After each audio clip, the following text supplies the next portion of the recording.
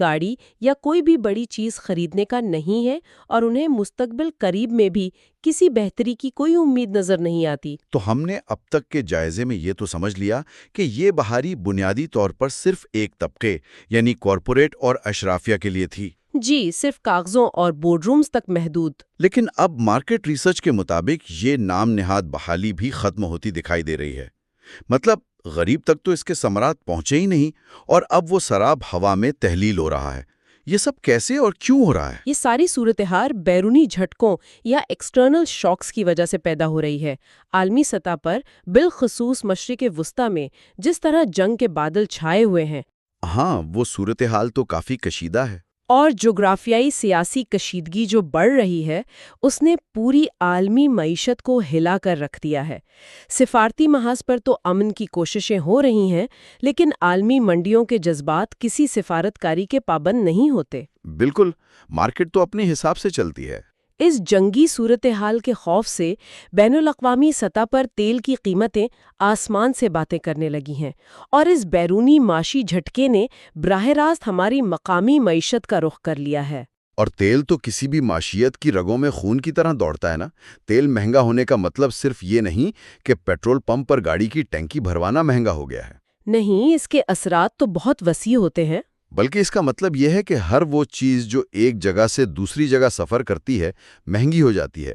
یہاں ناظرین کی بہتر تفہیم کے لیے میں ایک اور اہم معاشی اشاریے کا ذکر کرنا چاہوں گا۔ ایس پی آئی کی بات کر رہے ہیں آپ؟ جی بالکل، ہم نے پہلے سی پی آئی پر بات کی، لیکن روزمرہ زندگی کی حقیقت کو جانچنے کے لیے ایک اور پیمانہ ہے جسے ایس پی آئی یعنی سینسٹیو پرائس انڈیکیٹر کہتے ہیں۔ یہ ایس پی آئی عام آدمی کی زندگی کی عکاسی کیسے کرتا ہے اور اس وقت اس کی کیا صورتحال ہے؟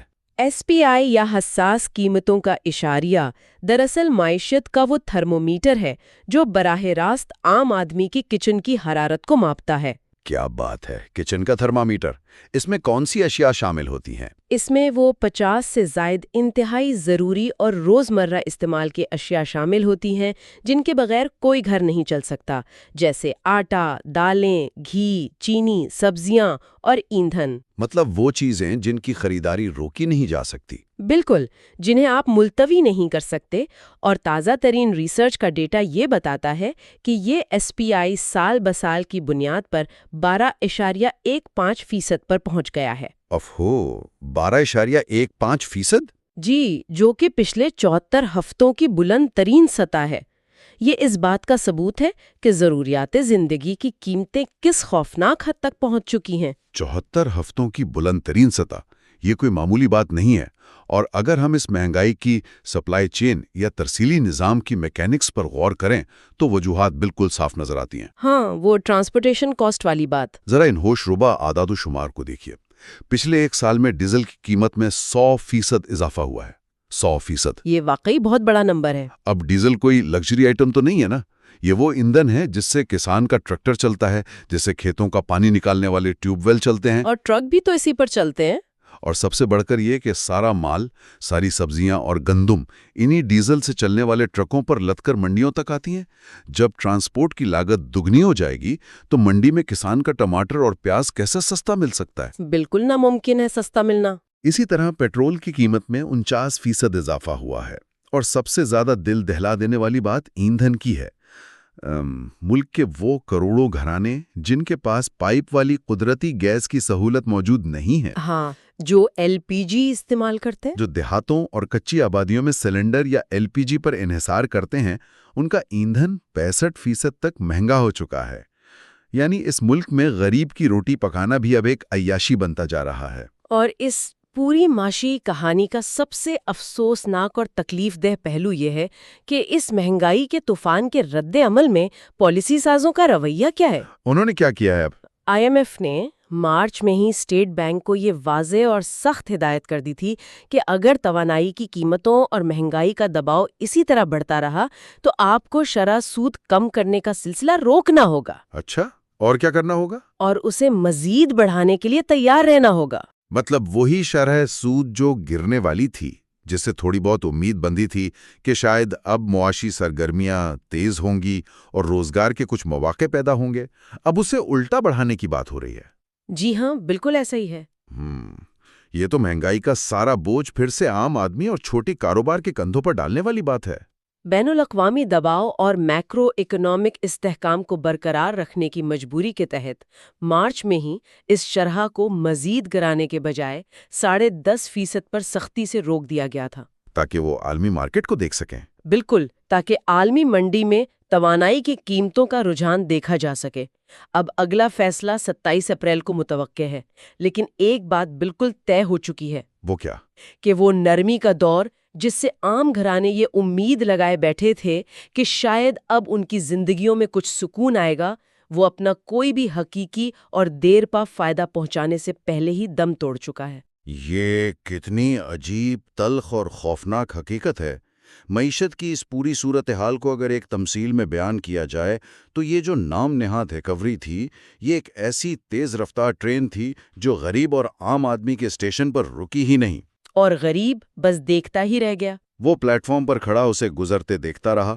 لیکن اب جب عالمی حالات کی وجہ سے اس ٹرین کا ایکسیڈنٹ ہو رہا ہے تو اس کا سارا ملبہ سب سے پہلے اسی غریب آدمی کے کچے مکان پر گر رہا ہے۔ آپ نے بالکل صحیح نشاندہی کی، اور اس سے ہماری معیشت کی سب سے بڑی ساختی خامی اور ایک بہت بڑا نقص سامنے آتا ہے۔ کون سا نقص؟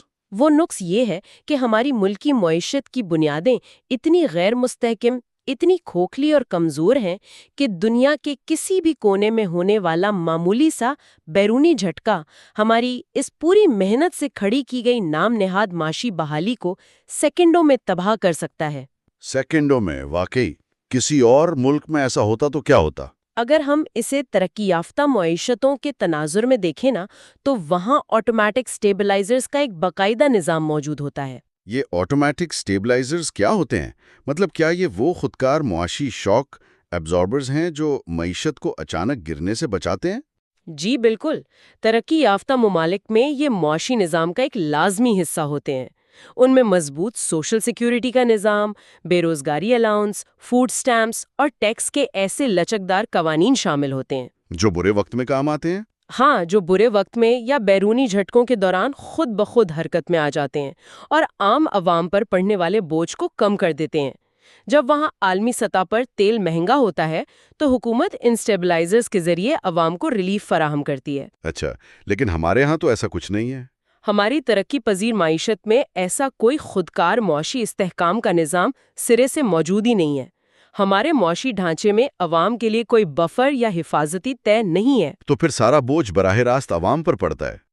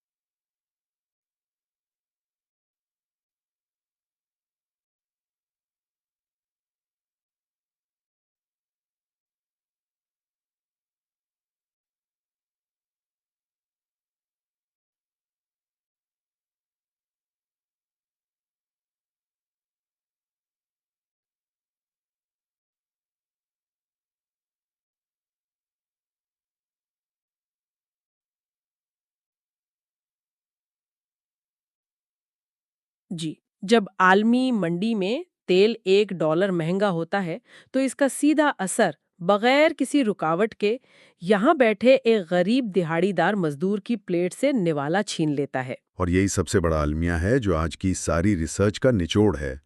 جن کروڑوں گھرانوں نے اس نام نہاد کاغذی بحالی کو کبھی محسوس ہی نہیں کیا، جن کے لیے حالات بچے بدتر ہی رہے، وہی لوگ سب سے پہلے اس بحالی کے چھن جانے کا درد اور اس کی قیمت چکا رہے ہیں۔ یہ ایک تلخ حقیقت ہے۔ انہیں تو پتہ بھی نہیں چلا کہ کب اچھے دن آئے اور کب خاموشی سے چلے گئے۔